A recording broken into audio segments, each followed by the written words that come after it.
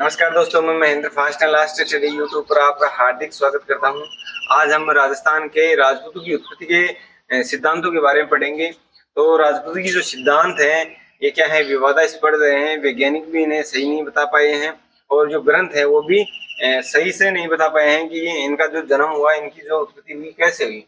तो इनमें जो देखिए हम ये मत पढ़ते हैं अलग अलग विद्वानों के।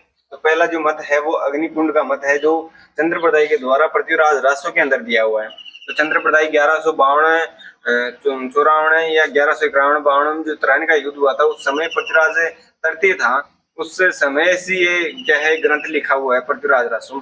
तो इन्होंने इस रासो में लिखा है कि जो अग्निकुंड है, ये अग्निकुंड का जो आबू पर्वत पर निवास करने वाले ऋषि मुनि थे, जैसे वशिष्ठ ऋषि थे और गौतम थे और अगस्त्य ये ऋषि थे ना, ये क्या करते थे, धर्म के लिए यज्ञ करते थे और धर्म से अपने शक्तियों को बढ़ाते थे। ठीक है, तो इन धर्म के लिए क्या कर रहे थे, यज्ञ कर रहे थे। तो यहाँ दानव जो देते, यानी हम नॉर्मल भाषा में समझे तो जो राक्षस लोग हैं, तो ये राक्षस क्या करते थे, इनकी जो धर्म के लिए अनुष्ठान कर रहे थे या यज्ञ कर रहे थे, उनमें क्या डाल देते थे, मांस डाल देते थे, हड्डियां डाल देते थे, मलमूत्र डाल देते थे।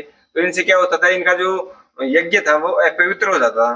तो इनसे क्या हो गया कि ये क्या हो गए, तंग होकर, है ना, ये जो वशिष्ठ मुनि वगैरह, ये ऋषि वगैरह क्या थे, ये इनसे तंग होकर इन्होंने एक यज्ञ में 3 जातियों को क्या किया था, उत्पन्न किया, जिनमें परमार थे, प्रतिहार थे और जो चालुक्य थे, इनको क्या किया, उत्पन्न किया। लेकिन ये शक्तिशाली नहीं थे, ये इनको रोक नहीं सके, इनको राक्षस को, इन दैत्यों को, इन दानवों को रोक नहीं सके। तो इन्होंने फिर दोबारा से यज्ञ किया और उस यज्ञ में चौहान जो जाति थी उसको हथियार लेस, है ना, हथियार देकर ही युद्ध में खड़ा किया। ठीक है, जो यज्ञ करवाते थे ना वहां खड़ा किया। तो इन चौहानों ने अपनी आशापुरा माता को क्या माना, कुलदेवी माना, और कुलदेवी मानकर इनसे आशीर्वाद लेकर इन दैत्यों का क्या किया था, समाप्त किया था, या इन दैत्यों को मार भगाया था, इनको, इन दानों को, राक्षसों को मार भगाया था। इसलिए इसको माना जाता है कि ये राजपूत ये किनसे उत्पन्न हुए हैं, अग्निकुंड से उत्पन्न हुए हैं। ये किसने माना है, चंद्रप्रदाय ने माना है। चंद्रप्रदाय ने इसकी जो 36 शाखाओं का क्या किया है, उल्लेख किया है। चंद्रप्रदाय ने 36 शाखाओं का क्या किया है, उल्लेख किया है। और इनका जो इस मत को मानने वाले हैं मोनोथनेट और सूर्यमल मिश्रण, ये अग्निकुंड जो सिद्धांत है इसका समर्थन करते हैं कि हाँ सही बात है, ये गलत बात है। तो अनेक विद्वान असहमत हैं। असहमत इसलिए हैं क्योंकि तिहार है, परमार है, चौहान है, इनको तो सूर्यवंशी माना है, जबकि चालुक्य हैं इनको क्या माना है, इन्होंने चालुक्य को सूर्यवंश चंद्रवंशी माना है। तो इनका मत ये अलग हो गया कि जब चौहानों को अलग से ही उत्पन्न किया गया था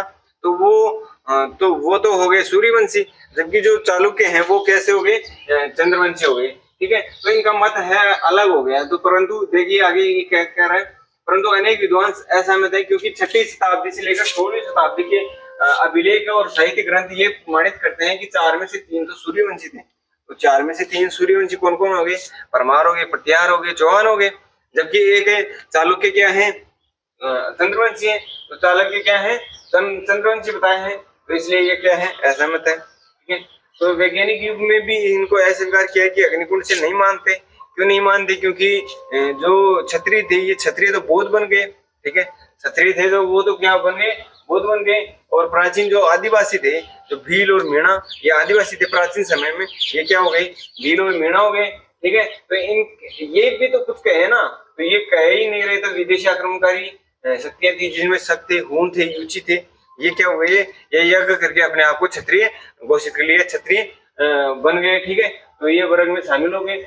ओझा भी इस बात से असहमत है।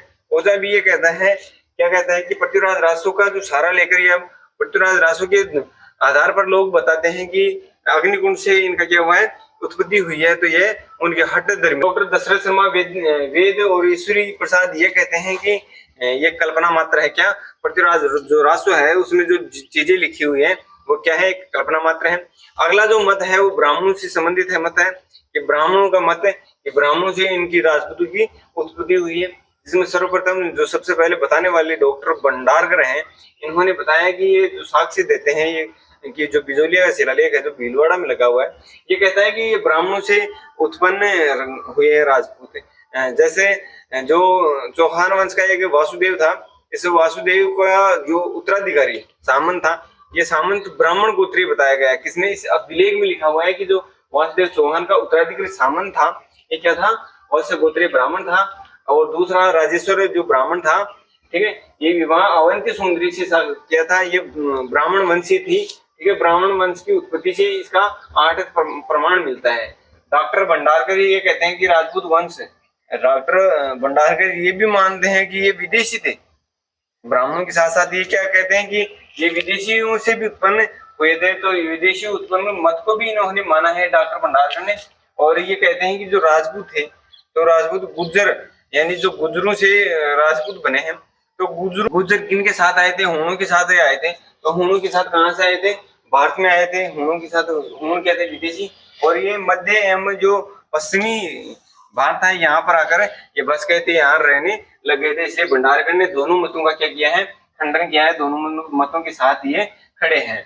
मंडोर जो अभिलेख है, ये मंडोर अभिलेख के अंदर प्रतिहार राजपूत हैं और ब्राह्मण, प्रतिहार राजपूत ब्राह्मण हरिश्चंद्र और इनकी जो पत्नी भद्रा, इनकी जो संतान है वो क्या है?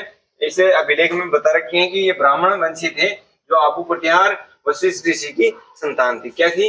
आबू का जो प्रतिहार वशिष्ठ ऋषि था, यानी प्रतिहार था लेकिन वशिष्ठ ऋषि उनका नाम था, उनकी संतान थी ये। तो इसलिए मंडोर अभिलेख भी इनकी ओर अंकित करता है कि ब्राह्मणों से उत्पन्न हुआ है। किनका? राजपूतों का। पिंगल सूत्रकृति भी कहता है कि जो राजपूत हैं वो ब्राह्मणों की संतान माना है। किसने? पिंगल कृति में डॉक्टर गोपीनाथ शर्मा है, ये कहते हैं कि मेवाड़ के जो गुहिल थे, मेवाड़ में जो गुहिल थे, उन गुहिलों को क्या माना है? गुहिलों में एक जाति थी नागर जाति, उस नागर जाति को भी ब्राह्मण माना है। गुहिलत का वंशज इन्होंने माना है। किसने माना है? इन्होंने माना है। और गीत गोविंद की जो टीका रसिक प्रिया के ऊपर लिखी हुई है, जिसमें महाराणा कुंभ खुद भी ये कहते हैं कि हाँ, कि जो चौहान थे वो चौहान किसकी थी उत्पत्ति?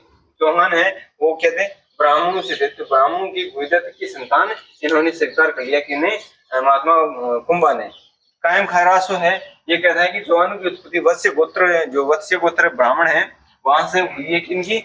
जिसकी जो पुष्टि करने वाले 2 अभिलेख है, सुंदा अभिलेख और एक अभिलेख और है, जो कौन सा है? आबू का अभिलेख है। आबू जो अभिलेख है अंचलेश्वर जो सिरोही में है, ये दोनों इसका क्या करते हैं? समर्थन करते हैं। डॉक्टर ओझा और वेद और दशरथ शर्मा ये क्या करेंगे? अस्वीकार करेंगे, क्योंकि इन्होंने पहले समर्थन कर दिया। धन्यवाद।